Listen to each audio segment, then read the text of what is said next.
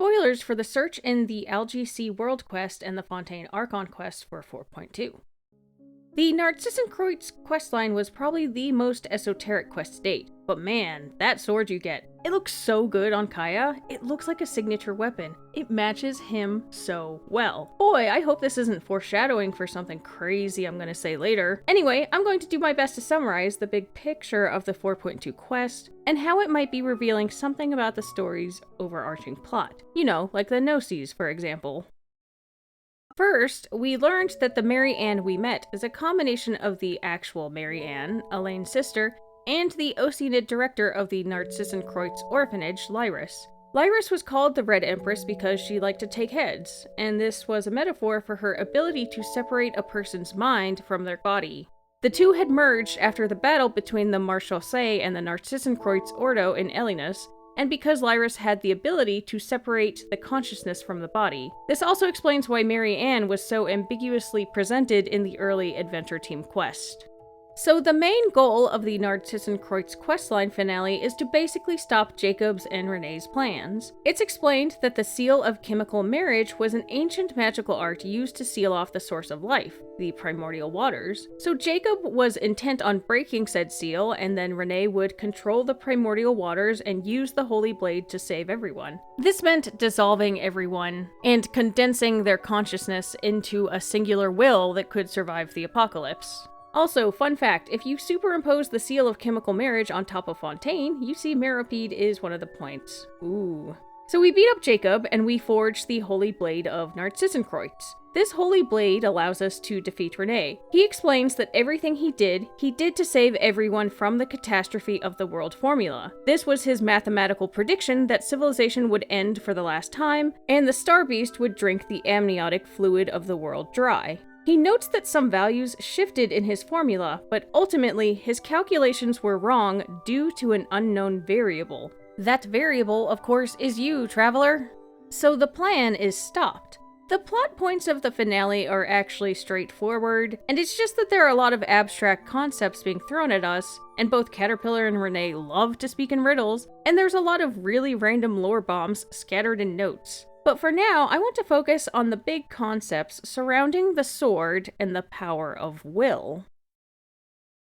We first received the Holy Blade of Narzissenkreuz during the Adventure Team quest, and it's just a wooden sword. But the real Holy Blade itself is reason, and it can only be born out of consummate human will. The Holy Blade is forged from 4 substances: memory, wish, soul, and persona. These were recreated by the Ordo based on the arts of ancient Remuria and Conria. To create these substances, we have to allow the flow of this mysterious watercolored energy back to a central machine. Jakob has already taken 3, but for persona, we do get a tangible object. It's a gem with the same yellow-green coloration as Archeum or a transoceanic pearl, but it's also completely weightless. Catter says these substances are experiential, which I take to mean they are less substance and more experience. You know, in maybe like the real substances were the friends we made along the way type of experience. Anyway, so the 4 are combined alongside a drop from Anne, who has a great will, with the wooden sword, and it becomes the Holy Blade of Reason. So, the Holy Blade was previously used by the Ordo to excise the soul from the body, but it can also be used to combine them back, and this is how Caterpillar's consciousness was placed into a hilichurl. But really, it can cut through anything. Its description also says that it can create or destroy a universe, or even a dream. At the end of the quest, the sword breaks a glass wall which Mary-Ann hides behind. Rene describes this as breaking one of the strongest wills. The Holy Blade can cut through even the strongest of wills, then. So it seems clear why Rene and Jakob would need such a power. Rene had tried to introduce his own variable into the world formula through the Abyss, but even that did not work. Here's a very important thing about the blade, though. Caterpillar says that while there is symbolism in it being a sword, the Holy Blade could actually be any object that holds reason. The Holy Blade can indwell any form. And Jakob also says that the Holy Blade cannot be owned by anyone. It passes hands, and it travels in the direction it must until it reaches its final destiny.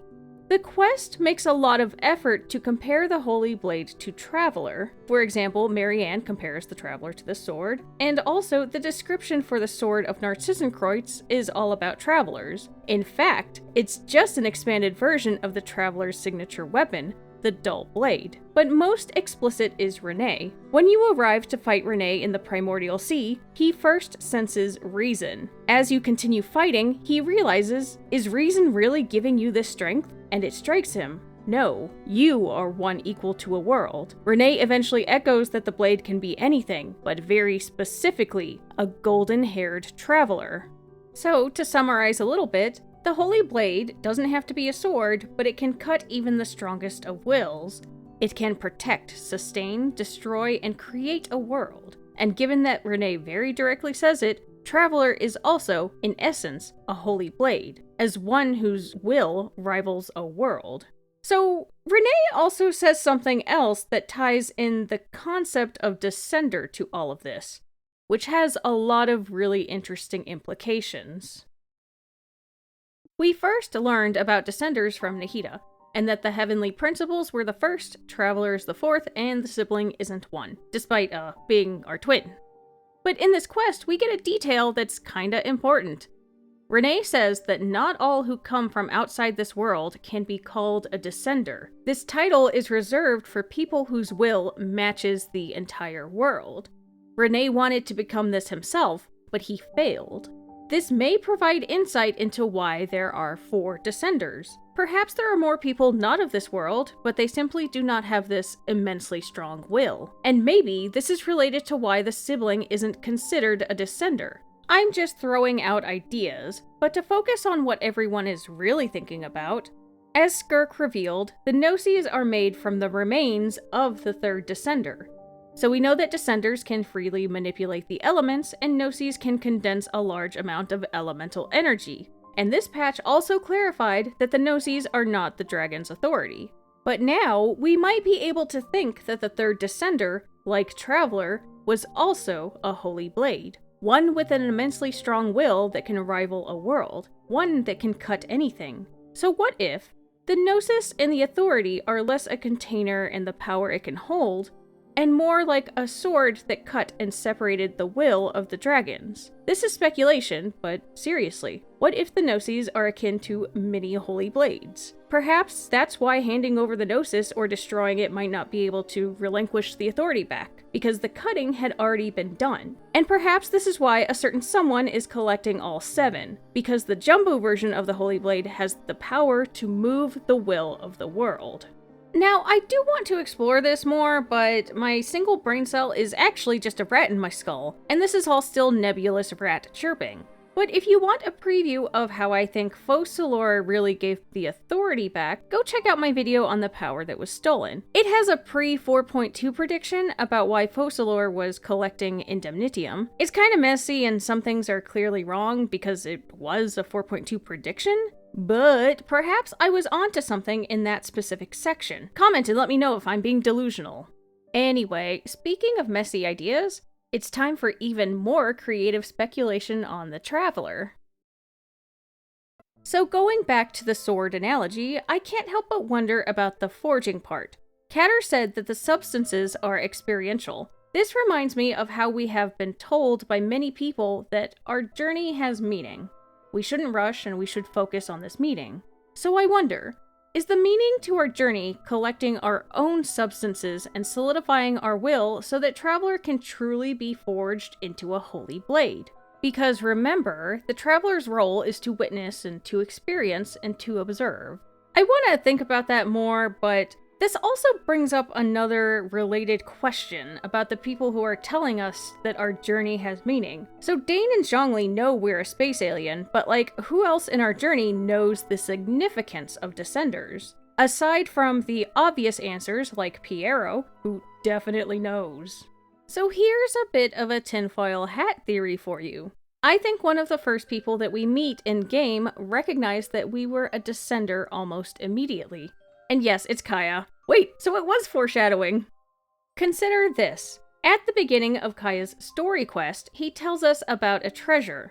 This treasure is a magic sword his sexy pirate grandpa found after it was dropped from Celestia into the sea. With its powers, Grandpa was able to slay an abyssal dragon, a silver-haired banshee, and an 8-headed hydra. People have long made the connections to Traveler's Journey, with fighting Dvalin, Signora, and Osile. But now this has extra meaning considering that Traveler has been directly compared to a sword now, and Grandpa's sword was also dropped from the sky, much like a Descender might. There's also a reference to Grandpa's sword in a dialogue with an NPC named Sumida in Inazuma. The caption refers to the sword as the triumphant harbinger of dawn that points to victory. It now reminds me of how Jakob says that the Holy Blade is owned by no one, and it follows its path, pointing to its destiny. Also, another minor connection is that Kaeya says it was hidden in the lost Arcadian ruins, and Arcadia has also been mentioned in the Narzissenkreuz quests. Think of it this way. Even without the lens of the Holy Blade, Kaeya's grandpa coincidentally finding a sword could be a rough allusion to Conria summoning the sibling. But the parallel becomes pretty robust when you consider the equivalence between a Holy Blade and a Descender and how Traveler is both, and that Conria probably had intended to summon a Descender. So, think of it like this. Conria intended to summon a Holy Blade with a will that can rival the world, but Kaeya's grandpa found a Holy Blade that would go on to defeat a corrupted Dvalin, Signora, and Osile. So, needless to say, I think Kaeya definitely knows more than he leads on. And I think this would imply then that there's a figure or player involved in this who can see fate and fortune. So someone like a prophet or a visionary, or maybe even a sinner?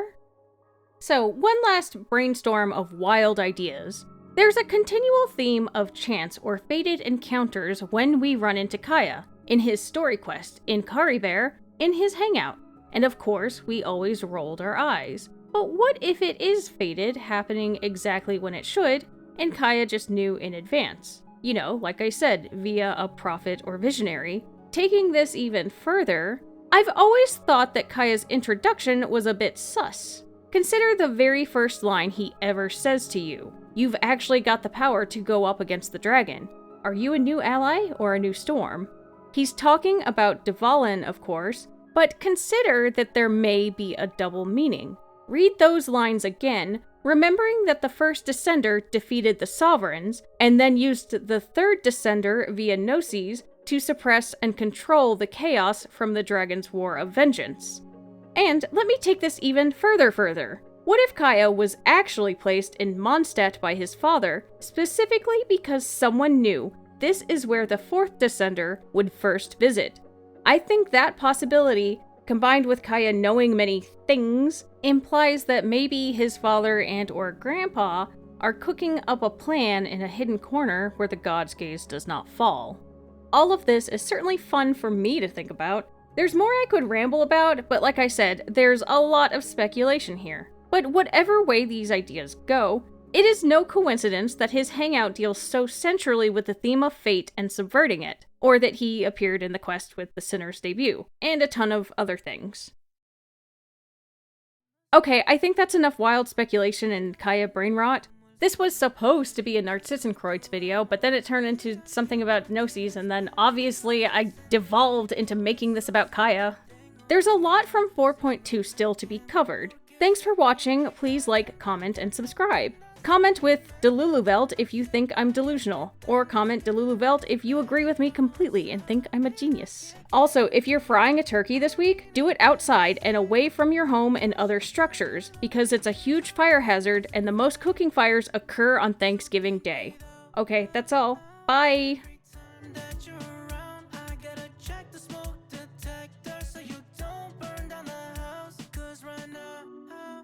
Stuck in my mind, I can't get you